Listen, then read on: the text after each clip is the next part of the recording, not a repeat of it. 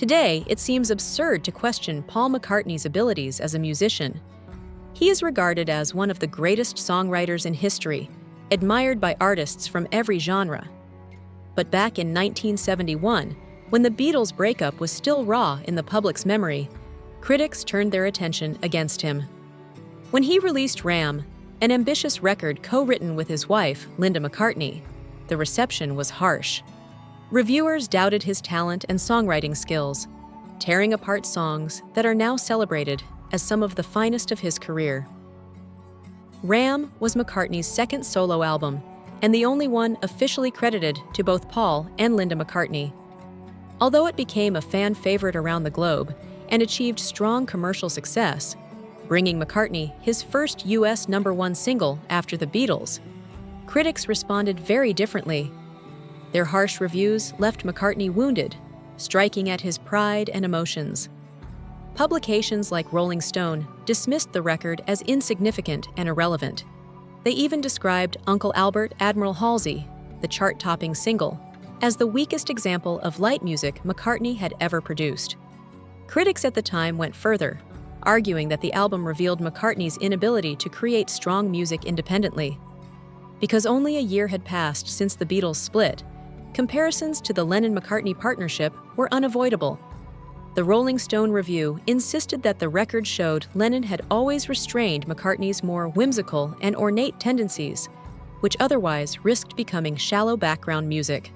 According to this perspective, McCartney's weaknesses as a songwriter had previously been hidden by his bandmates, but without them, his creativity appeared to be withering away. Yet fans were not swayed by this narrative. Even in 1971, listeners embraced the album, and over time, its reputation has completely transformed. More than 50 years later, critics now praise Ram as a masterpiece. In fact, retrospective reviews suggest that the original backlash had less to do with the music itself and more with what the album symbolized. A 2012 Pitchfork review argued that Ram was met with hostility because it underscored the reality that the Beatles were truly finished. McCartney had embarked on a new artistic path, replacing Lennon with Linda as his closest collaborator, and that shift was too painful for many to accept. Time, however, has proven McCartney right. Today, Ram is celebrated as one of the strongest solo records by any former Beatle. Part of what unsettled people in 1971 was not just McCartney's experimental musical direction, but also his willingness to air personal grievances. The opening track, Too Many People, served as a thinly disguised attack on John Lennon, with McCartney accusing him of wrecking the band's fortune and implicitly blaming him for the Beatles' collapse. Lennon retaliated swiftly, reflecting the negative reviews in his own lyrics by dismissing Ram as background music and belittling McCartney's role in their former songwriting partnership. Even Ringo Starr, normally the group's mediator, joined in the criticism.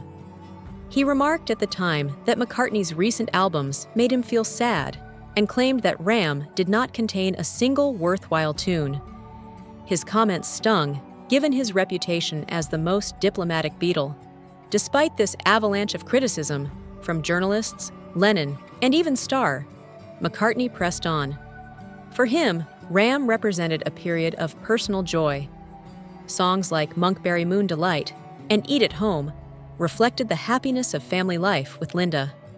2 years into their marriage, the couple was collaborating creatively, raising their daughters, and shaping the future they envisioned together.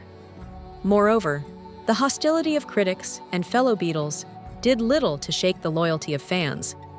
Later that same year, Paul and Linda began their next chapter by forming Wings, the band that would deliver iconic hits like Band on the Run and Live and Let Die. Through their success, the McCartneys quickly silenced those who had doubted Paul's independence, proving that he did not need the Beatles to thrive and achieve new artistic heights.